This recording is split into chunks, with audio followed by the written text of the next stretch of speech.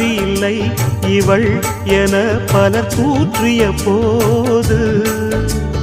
ராப்பகலாய் எழும் துயர் உனை வாட்டிய போது